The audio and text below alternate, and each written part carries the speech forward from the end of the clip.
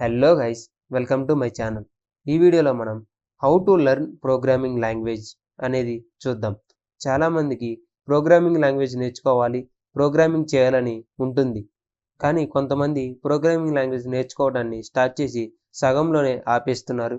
ఇంకా కొంతమంది ప్రోగ్రామింగ్ లాంగ్వేజ్ని నేర్చుకోవడం కంప్లీట్ చేసినా కూడా ఒక ప్రాబ్లం ఇస్తే దాన్ని సాల్వ్ చేయడానికి నానా తిప్పలు పడుతూ ఉంటారు. సో ఇలాంటి ప్రాబ్లమ్స్ లేకుండా ఒక ప్రోగ్రామింగ్ లాంగ్వేజ్ని ఏ వేలో నేర్చుకోవాలి, సో ఏ వేలో నేర్చుకుంటే మనం ఇంటర్వ్యూస్ని క్రాక్ చేస్తాం, ఏ వేలో నేర్చుకుంటే మనం ఒక ప్రోగ్రామింగ్ లాంగ్వేజ్లో పర్ఫెక్ట్గా మాస్టర్స్ అయిపోతామో ఈ వీడియోలో తెలుసుకుందాం. సో లేట్ చేయకుండా లెట్స్ బిగిన్ ద వీడియో.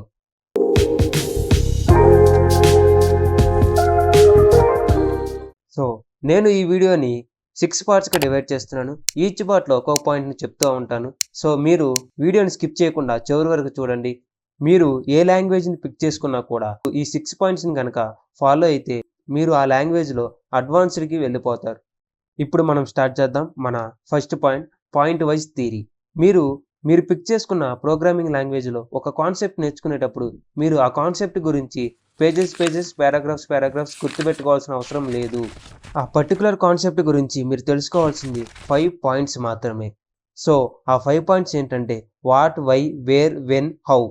ఈ 5 పాయింట్స్ కనుక మీరు ఆ కాన్సెప్ట్ రిలేటెడ్గా తెలుసుకుంటే మీరు ఆ కాన్సెప్ట్ గురించి పూర్తిగా నేర్చుకున్నట్లే.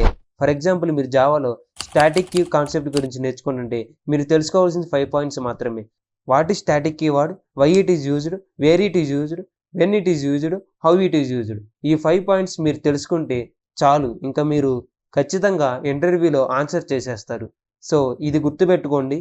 మీరు పాయింట్ వైజ్ థియరీ అనేది నేర్చుకోవాలి. పేజెస్ పారాగ్రాఫ్స్ మనకి అవసరం లేదు. సో మనం ఇప్పుడు వెళ్ళిపోదాం సెకండ్ పాయింట్కి, లాజికల్ కోడ్ స్నిప్పెట్స్. సో ఇది వెరీ వెరీ ఇంపార్టెంట్. మనకి ఇంటర్వ్యూస్లో, రిటన్ టెస్ట్లో లాజికల్ కోడ్ స్నిప్పెట్స్ అనేవి ఖచ్చితంగా ఉంటాయి. లాజికల్ కోడ్ స్నిప్పెట్ అంటే ఏం లేదు, మనకి చిన్న కోడ్ ఇచ్చి అది వ్యాలిడా ఇన్వాలిడా అని అడుగుతారంతే. సో వ్యాలిడ్ అయితే అవుట్పుట్ అనేది వస్తుంది, వ్యాలిడ్ కాకపోతే ఎర్రర్ అని చెప్పాలి. ఫర్ ఎగ్జాంపుల్ ఇక్కడ చూసుకుంటే char a equal to a, char b equal to a, char c equal to a plus b. So system.out.println of c అన్నారు. ఇలా చిన్న కోడ్ ఇస్తారు మనకి. సో ఇది ఇన్వాలిడ్ కోడ్. సో ఇలా ఇంటర్వ్యూస్లో అడుగుతూ ఉంటారు. మీరు ఖచ్చితంగా ఇలాంటి లాజికల్ కోడ్ స్నిప్పెట్స్ని నేర్చుకోవాలి. సో ఇప్పుడు మనం వెళ్ళిపోదాం మన థర్డ్ పాయింట్కి, కాన్సెప్ట్ వైజ్ ఎగ్జాంపుల్స్. సో మీరు ఖచ్చితంగా ఏ కాన్సెప్ట్ నేర్చుకున్నా కూడా మీరు దానికి ఎగ్జాంపుల్స్ అనేవి నేర్చుకోవాలి. సో ఇందాకలా మనం దిస్ కీవర్డ్ని కన్సిడర్ చేసుకుంటే this keyword with variables 1 example, this keyword with methods 1 example, this keyword with implicitly 1 example, this keyword with explicitly 1 example. ఇలా ఈచ్ వన్కి ఒక్కొక్క ఎగ్జాంపుల్ అనేది నేర్చుకోవాలి. సో మీరు ఏ కాన్సెప్ట్ నేర్చుకున్నా కూడా దానికి రిలవెంట్గా ఎగ్జాంపుల్స్ అనేవి నేర్చుకొని ఉండాలి. నెక్స్ట్ మనం వెళ్ళిపోదాం మన ఫోర్త్ పాయింట్ వచ్చేసి అప్లికేషన్స్.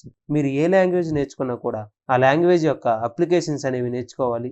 సో ఆ లాంగ్వేజ్ని యూజ్ చేసి మనం ఏమేమి అప్లికేషన్స్ డెవలప్ చేయగలం. For example web applications, Android applications, ఇలా మనం ఏమేమి అప్లికేషన్స్ని ఇంప్లిమెంట్ చేయగలం అని తెలుసుకోవాలి. సో ఇలా అప్లికేషన్స్ అనేవి నేర్చుకోవాలి. నెక్స్ట్ పాయింట్ వచ్చేసి integrated applications.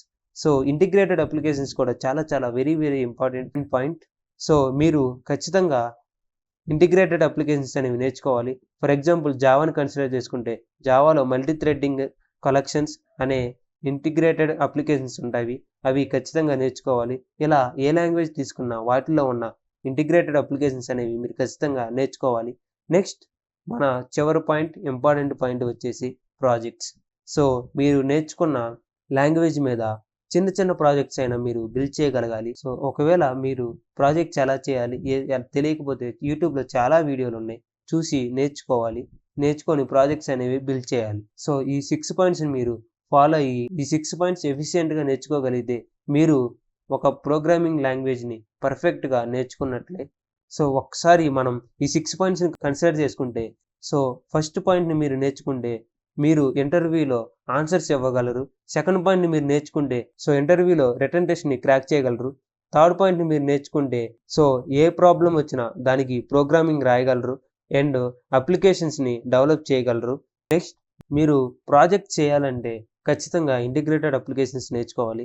Without integrated applications మీరు ప్రాజెక్ట్స్ అనేవి బిల్డ్ చేయటం కష్టమవుతుంది. So that's it for today guys. ఈ వీడియో కనుక మీకు ఇన్ఫర్మేటివ్ అనిపిస్తే లైక్ చేయండి, షేర్ చేయండి and subscribe to my channel. మీ ఫ్రెండ్స్తో ఈ వీడియోని ఖచ్చితంగా షేర్ చేసుకోండి. Thanks for watching. Bye guys.